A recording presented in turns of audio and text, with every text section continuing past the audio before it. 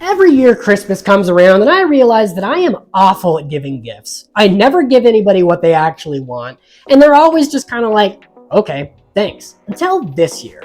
This year, I decided to make my mom this mailbox. It might look like just a simple mailbox to you, but inside there's a motor and an Arduino controlling a printer that will print handwritten messages at random intervals so that it makes my mom a little bit happier throughout the year. If you want to build this, keep watching the video because I'm going to show you exactly how. Let's go get building. The first thing I did was jump onto Thingaverse to see if there was something already available I could modify for this project.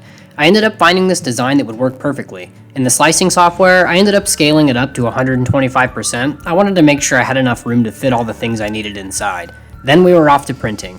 I printed the mailbox using the highest quality I could get. I really wanted this to come out nice, so I justified the extra print time as worth it.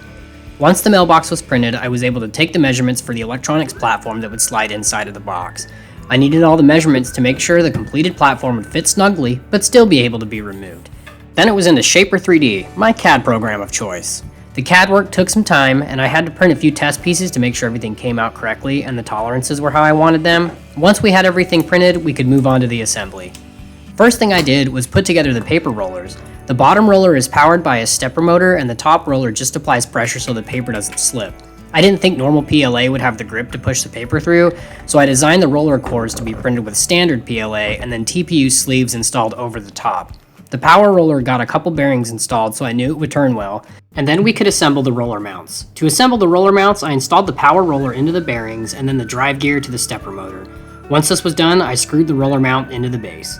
The unpowered roller needs to be able to move up and down so paper can be inserted through the slot. For this, I just slid some round bar through the roller, and then there's a vertical slot designed in the mount. The round bar on the bottom is used by springs to apply down pressure to the unpowered roller. This way the paper doesn't slide out when being ripped, and it has enough pressure to ensure good contact when the paper is feeding. Now we're onto the stepper motor. To install the stepper motor, I marked and drilled the holes where the screws should go. I designed this so when the motor is installed, there is enough clearance in the center hole to allow the motor to pivot just a bit. This way you can set the belt tension by adjusting the mounting screws. This works way better than it should. It's not stupid if it works, right? Next, I installed the servo to raise and lower the flag using the supplied screws, and finished it up by installing the paper roll on the holder. The holder just snaps into the base so you can remove it easily to replace the paper when needed. And here you can see what it looks like when it's all completed. I was really happy to see that the TPU rollers kept enough tension on the paper to be able to tear it off without pulling more paper out of the slot. To control all of this, I'm using an Arduino. I'll be the first to tell you that I'm absolutely fucking terrible at writing code for these, so rather than putting my struggle on camera, I'll just put a link for all the code in the description of this video. Okay, so I've been working on this thing for like 10 hours it feels like, and I don't feel like I've got a lot done. But we've got our rollers done, everything's assembled. The code was way harder for me to admit. It was a little bit difficult, but I think I've got it all figured out. So I'm gonna go ahead and send the code to the Arduino. And what should happen is this is our flag servo, so this raises and lowers the flag. So as part of the initialization, it lowers the flag. Holy shit! It's actually printing. That's crazy. I didn't think that the TPU would actually work like that. Oh, that's sick. Okay, so it's going to spit out a predetermined length of paper, which is calculated by the steps. Once it's done printing, the flag will raise. And then there's a little micro switch that we're going to have in place. Right now, it's just a pin that's plugged into positive power. But when I open the door, the flag drops, the door is closed, and the cycle repeats itself. To get everything to be as compact as possible and ensure proper electrical connections, I needed to make some soldered joints. After that was done, I hot glued the Arduino and the motor driver to the base and ran the wires so they wouldn't interfere when sliding the base into the mailbox. The code that I wrote initially definitely had some flaws. I spent a few hours learning, experimenting, and trying different things to make this thing work consistently.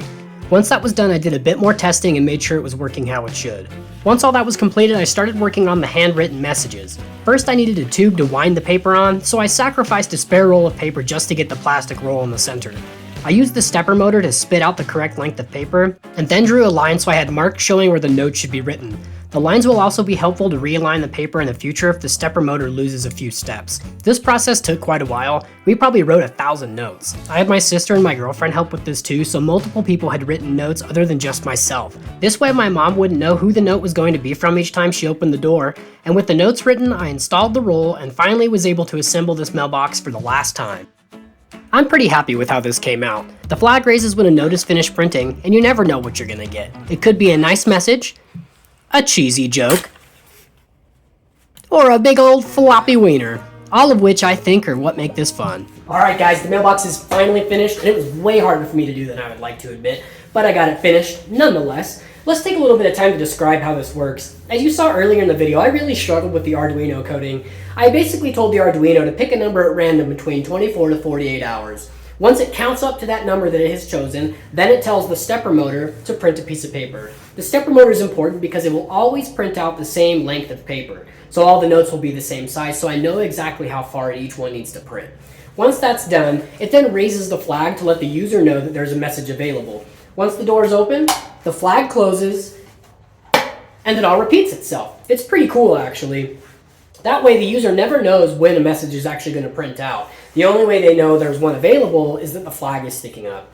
I thought about maybe trying to fit a printer in there, but I'm really goddamn stupid when it comes to coding, and trying to talk to a printer over Wi-Fi would have been nearly impossible. And I think the handwritten notes, they add quite a bit of personal touch to it, so I decided to go that route. The good news is, for you guys, if you want to build this at home and give it to a loved one as a Christmas present or birthday or whatever, all the STLs and the Arduino code is in the description of this video. At the end of the day, this was a really hard project for me to finish. It doesn't look very impressive, but the Arduino work is way outside of my wheelhouse, and I failed a lot. And that's okay, because every time that I failed, I learned something new. That's my hope for this channel, is that people watch my content and it inspires them to go out and build and learn something new and realize that it's okay to fail. That's part of the designing and the building process. Until next time, just get off Instagram, try and build something and learn something new. Check out my other videos if you guys are interested. Don't forget to hit subscribe. Until next time, stay classy and keep learning.